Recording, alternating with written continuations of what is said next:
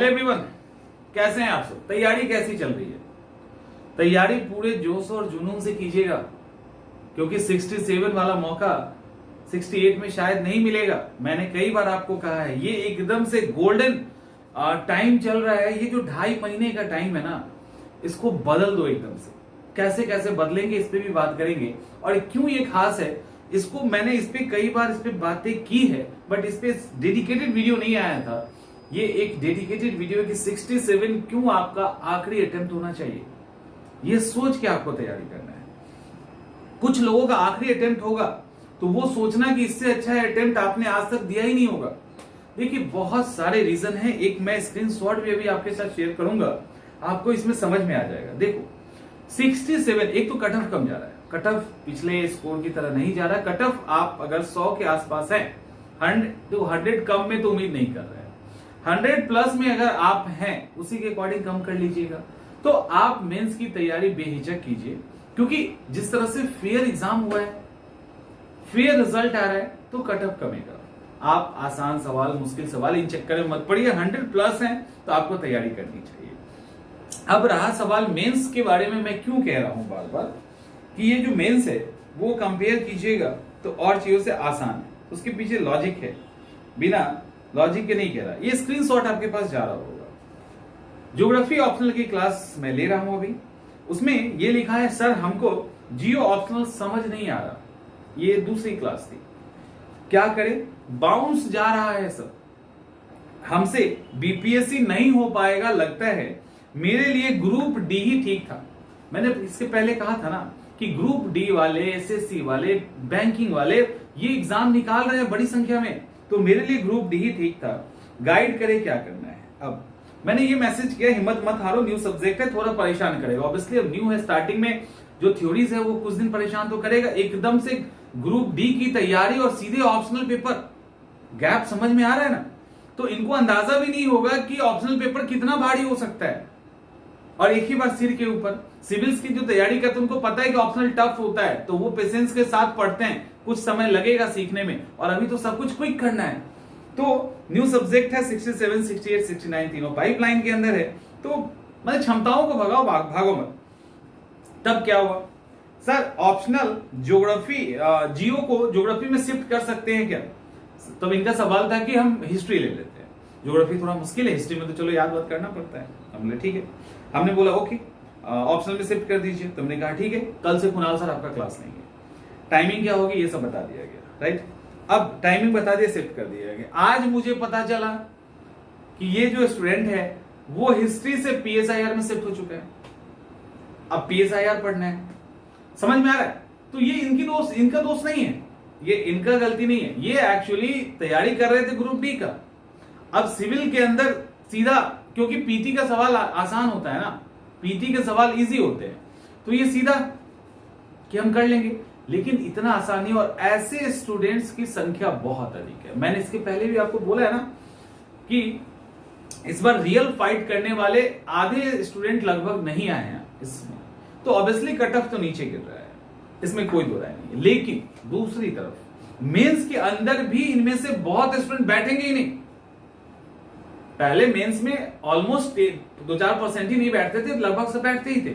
इस बार बैठेंगे ही नहीं, उसमें भी आपको आधा क्लास खाली मिलने वाला है।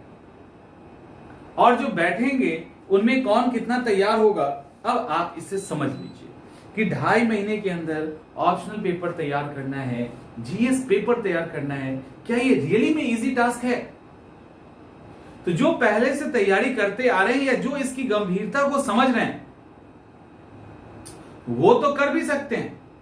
लेकिन जो बिल्कुल अलग प्लेटफॉर्म पे काम कर रहे थे, अलग सेक्टर के अंदर तैयारी कर रहे थे, वो सीधे सिविल के अंदर आके प्रीलिम्स का एग्जाम देकर मेंस के ऑप्शन इसको तैयार करना ऑलमोस्ट नेक्स्ट टू इम्पॉसिबल जैसा है। इसी में अभी ज्योग्राफी में और भी स्टूडेंट्स हैं, उन्होंने भी पहली बार ज्योग्राफी पढ़ रहे हैं, लेकिन उनको क्या पता है? उनको पता है कि ज्योग्राफी एक ऑप्शनल है और ऑप्शनल परेशान करता है, तो उनको उस परेशानी को पता है कि करेगा, तो वो उसको झेल रहे हैं कि हमको करना ही है, कुछ समय तक करेगा, उसके बाद समझ में आएगा, उसके बाद हम लिखने लगेंगे। तो कहने का क्या मतलब है कि इस तरह से आप मेंस के अंदर भी कंपटीशन एक हल्का देखेंगे। इसका मतलब यह है कि आपको पूरा गंभीर हो जाना चाहिए। अभी आप अगर गंभीर नहीं होंगे और ये 2.5 महीने अगर गंभीर हो गए ना, तो अगला साल आपका अपना है, जो चाहो करो, कहीं कोई दिक्कत नहीं। अगले साल सेलिब्रेशन भी होगा, छठ भी मनाइए, दीपावली भी मनाइए, जम के मनाइए, सब आपका है इस साल। अब सवाल है कि इस पे अप्रोच कैसे किया जाए, आखिर हम इस बीच में अपने आप को इंप्रूव कैसे करें। देखो, सबसे अहम जो इंप्रूवमेंट होगा आपको करना है, और सबसे ज्यादा जो पेनफुल होगा, जिसपे आप में से अधिकांश लोग सबसे कम ध्यान दे रहे होंगे, ये भी एक फैक्ट है। क्योंकि देखिए, आपका पाला 100 दोस्त, मतलब आसपास के दोस्तों के बीच में होता है। हमारा जो सामना है या हमारे जैसे टीचर्स हैं, उनका हर रेंज के स्टूडेंट्स के साथ होता है। हम ग्रुप डी वाले को भी ऑप्शनल पढ़ा रहे हैं और सिविल वाले को भी पढ़ा रहे हैं, जो ऑलरेडी पढ़ रहे हैं उनको भी पढ़ा रहे हैं। समझ में आ रहा है ना? तो वो समझ में आता रहता है, इसीलिए आपको गाइड करते रहते हैं। अभी आप सबसे ज्यादा जो स्किप कर रहे होंगे कहीं पर आंसर राइटिंग, इस जो एक चीज मैं बता रहा हूं ना, ये इतना अहम है कि आपके पढ़ाई पे भारी पड़ जाएगा अगर आप इसकी अहमियत को समझेंगे तो। समझ रहे हैं? आंसर राइटिंग आपको करना ही पड़ेगा। देखो, अब हमारे अपने जो मैं अभी क्लास ले रहा हूं, उस क्लास का मतलब पिछले क्लास से बिल्कुल अलग हो गया है, अब बिल्कुल अलग है। अब यहाँ पे आंसर राइटिंग सिखाना है, सिखा रहे हैं। ये उसी क्लास का एक छोटा सा था रफ करवाने का तरीका। तो अब एक एक चीज अब सिखाना पड़ रहा है। इंट्रोडक्शन कैसे लिखना है, कंक्लूजन कैसे लिखना है, बॉडी में क्या क्या होगा, अब सिखाना पड़ रहा है, क्योंकि 2.5 महीने के अंदर उनको तैयार करना है। फैक्ट्स तो हम पढ़ा देंगे, कोर्सेज दे देंगे, सब नोट्स करवा देंगे, लेकिन ये आंसर राइटिंग में टाइम लगना ही लगना है। उस बैरियर को पार करने में टाइम लगना होगा। इसका क्यों किया जा रहा है? क्योंकि ये सबसे अहम है। आप लाख पढ़ लोगे, प्रॉपर सीरियसली आंसर राइटिंग करके नहीं जाएंगे ना, तो आपका एग्जाम खराब हो जाएगा। पहला तो आंसर राइटिंग आपको करना है। दूसरा, DI का पोर्शन गलती से भी नहीं छूटना चाहिए। डाटा इंटरप्रिटेशन अगर आप छोड़ रहे हो तो रिजल्ट से बाहर हो रहे हैं। अगर बाई चांस रिजल्ट आ भी जा रहा है और फाइनल भी हो रहा है तो रैंक नहीं मिलने वाला, ये तो एकदम पक्का है, नहीं मिलेगा। तो आपको DI किसी भी स्थिति में नहीं छोड़ना। और बीपीएससी में जो DI होता है वो मुश्किल नहीं होता। किसी को जिसको मैथ नहीं भी आ रहा है ना, वो भी DI सॉल्व कर सकते हैं। उनको थोड़ा अधिक प्रैक्टिस करना होगा। DI सॉल्व करने के लिए आपको डेली एक सवाल बनाते रहना है, बिना सोचे कि हम DI प्रैक्टिस कर रहे हैं। आपको सोचने की जरूरत नहीं है, आप सिर्फ एक सवाल बनाइए रोज, सिर्फ एक सवाल बनाते चलिए, बस सिर्फ एक बनाते चलो, बिना ये सोचे कि हम DI पढ़ रहे हैं बीपीएससी के लिए। आप रोज एक बनाइए, होते होते 10 से 15 दिन जब आएगा ना, और ज्यादा करना है 2 सवाल बना लीजिए। 15 दिन के बाद आप स्मूथ हो जाएंगे अपने आप, आपको पता ही नहीं चलेगा। बिना एफर्टलेस आप DI में मास्टर हो जाएंगे। तो आपको मैंने समझ में नहीं आएगा और आप हो जाओगे। इसके लिए आप प्रीवियस ईयर के सॉल्व पेपर सबका यूज कर सकते हैं। हो गया। DI के बाद जो आपको सबसे ज्यादा वेटेज देना है वो देना है पॉलिटिकल साइंस पे। वहां से सेकेंड पेपर में शिकायत है ना, नंबर कम आता है। पॉलिटिकल साइंस को करंट अफेयर्स से जोड़िए, साइंस एंड टेक को करंट अफेयर्स से जोड़िए, वहां से आप नंबर खींच सकते हो। इसके बाद जब आप फर्स्ट पेपर में आएंगे, अभी हमने इकोनॉमिक्स ज्योग्राफी छोड़ दिया, फर्स्ट पेपर में आएंगे तो करंट अफेयर्स और हिस्ट्री, चूंकि स्टैटिक है, हिस्ट्री तो पूरा स्टैटिक पोर्शन है, एकदम कन्वेंशनल टाइप का सवाल आता है, उसको पहले से लिख के अच्छे तरीके से डिफरेंट वे में लिख के तैयार कीजिए।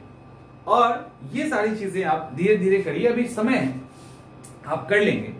तो ऐसे करके आप मेंस को तैयार कीजिए। 67 आपका आखिरी मेंस हो, आखिरी मेंस समझ के तैयार करना। और याद रखिएगा, बिना नोट्स के किसी भी कोचिंग के, जिसका भी लेना हो, ऐसा नहीं कि आप हमारा लीजिए, जहां भी लेना हो, जिसका भी लेना हो वो। और एक और चीज, टेस्ट सीरीज, ये 2 तो जरूर लीजिएगा किसी का भी, बिना इसके इस बार का मेंस मत दीजिएगा।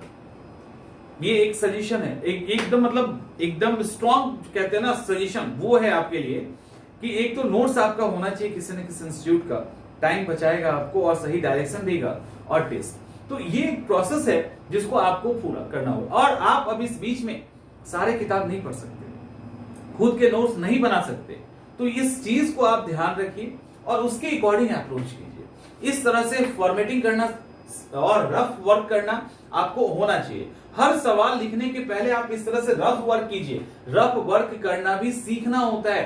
तो जब रफ करने लगेंगे तो सफ अपने आप हो जाएगा, लेकिन रफ तो करना पड़ेगा। तो समझ में आ रहा है ना कि क्यों 67 इतना महत्व रखता है आपके लिए। तो ध्यान रखिएगा, 67 बहुत कीमती है, इसको हाथ से जाने मत देना, चाहे जो हो जाए। मिलते हैं अगले वीडियो में।